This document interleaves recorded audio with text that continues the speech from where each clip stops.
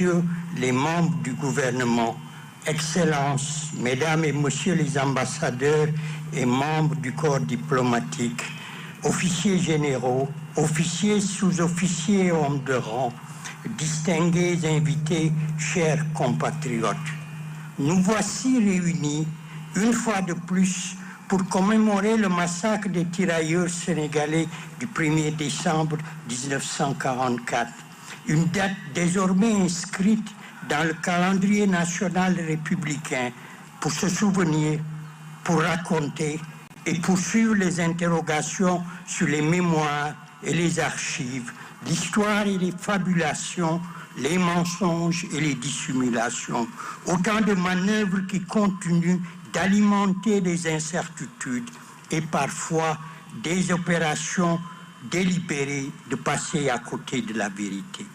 Le livre blanc publié par le gouvernement sur le massacre de Thiaroye qui a accompagné la commémoration du 80e anniversaire marque à la fois une inflexion politique et une nouvelle forme d'appropriation politique de l'événement. Il ouvre une séquence inédite pour dresser un état des lieux des connaissances en mettant à la disposition des Sénégalais, des Ouest-Africains et des Africains de l'ensemble des données et archives disponibles ou jusqu'ici restées dans l'ombre. Le livre blanc ouvre un nouveau chapitre avec la réalisation de sondages archéologiques au sein du cimetière, prélude à une fille exhaustive de ce qui constitue à ce jour le document matériel le plus visible et probablement le plus riche de la culture associée au massacre de Thiaroye. Les résultats préliminaires de ces investigations sont d'ores et déjà porteurs d'espoir quant à la contribution que l'archéologie va apporter à la compréhension de l'événement. Il demeure évident que le chemin qui reste à parcourir est sinueux et semé d'obstacles, appelant un haut degré de rigueur professionnelle, de transparence et d'ouverture intellectuelle pour alimenter les débats, les controverses et éviter les écueils.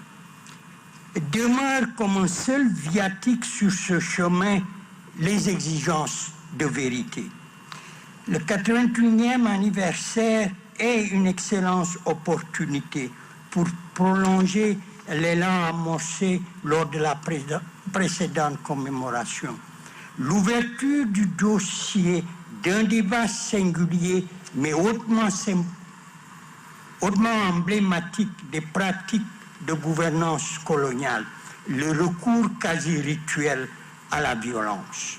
Au Sénégal, comme dans l'ensemble des pays qui ont fourni des soldats au régiment des tirailleurs, il s'est agi d'examiner à nouveau frais le massacre de Thiaroye. Cet événement a fait l'objet d'une double manœuvre de dissimulation et de reconfiguration. D'une part, le massacre est perpétré dans l'environnement de la libération et de la victoire sous des régimes fascistes.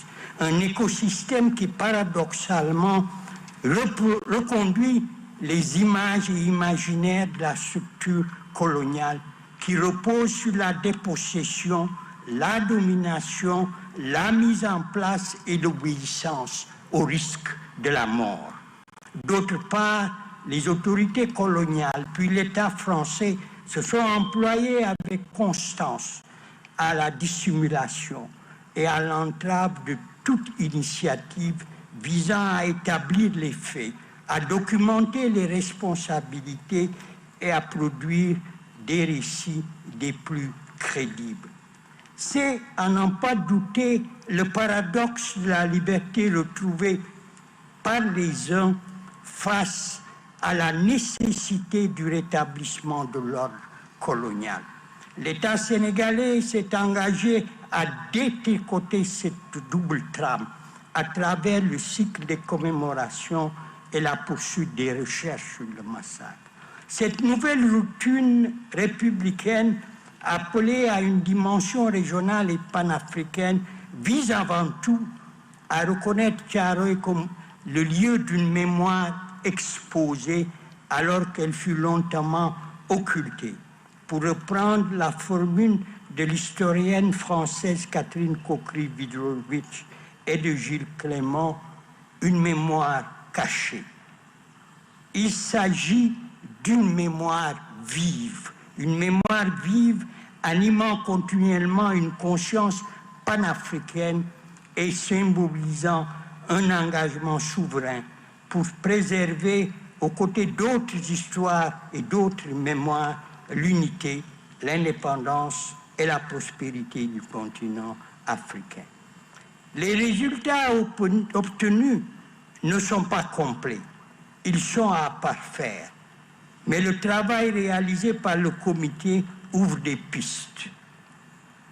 Le devoir prescrit est le suivant, me semble-t-il, la poursuite des recherches, de la création artistique et littéraire, des exercices pédagogiques dans les langues nationales et la langue officielle pour écrire des histoires et alimenter des mémoires au service du continent africain. L'état des lieux établi appelle à être prolongé et affiné.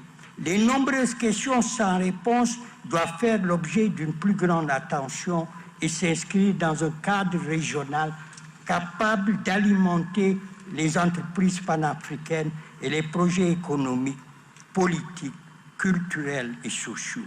En bref, promouvoir des humanités africaines qui manifestent un commentaire africain et assurent une présence africaine sur la scène du monde. Thiaroye est reconnu comme le noyau d'une vaste constellation historique et mémorielle, dont le rayonnement régional et continental couvre l'Afrique de l'Ouest, l'ensemble du continent ainsi que l'empire colonial français. L'exigence d'une commémoration régionale se fait chaque jour plus pressante. Les recommandations qui concluent le livre blanc peuvent être la base d'un programme audacieux à la fois régional et panafricain de manifestation et de recherche sur le massacre de décembre 1944. 3 générations d'intellectuels, d'artistes, de politiciens, de syndicalistes et d'activistes se sont lancés corps et âme dans la bataille pour le recouvrement des voix étouffées, pour dire le monde et mettre en valeur la contribution des peuples du continent à la civilisation, à la culture, à la paix et à la démocratie. L'Afrique, dans le cas qui nous occupe aujourd'hui, les tirailleurs sénégalais ont payé le prix du sang versé sur les champs de bataille européens, africains, asiatiques. Autant que dans la résistance, dans les combats de conquête, ils ont subi en retour la spoliation de leurs ressources dans la violence et le mépris arrogant des techniciens de la mission civilisatrice. Faire le point, lever les entraves et progressivement faire la lumière afin de raconter, commenter et créer était la mission confiée au comité que j'ai eu l'honneur de présider. Le livre blanc, je le disais tout à l'heure, inaugure un nouveau chantier. Il reviendra à une nouvelle génération d'envahir les pistes ouvertes pour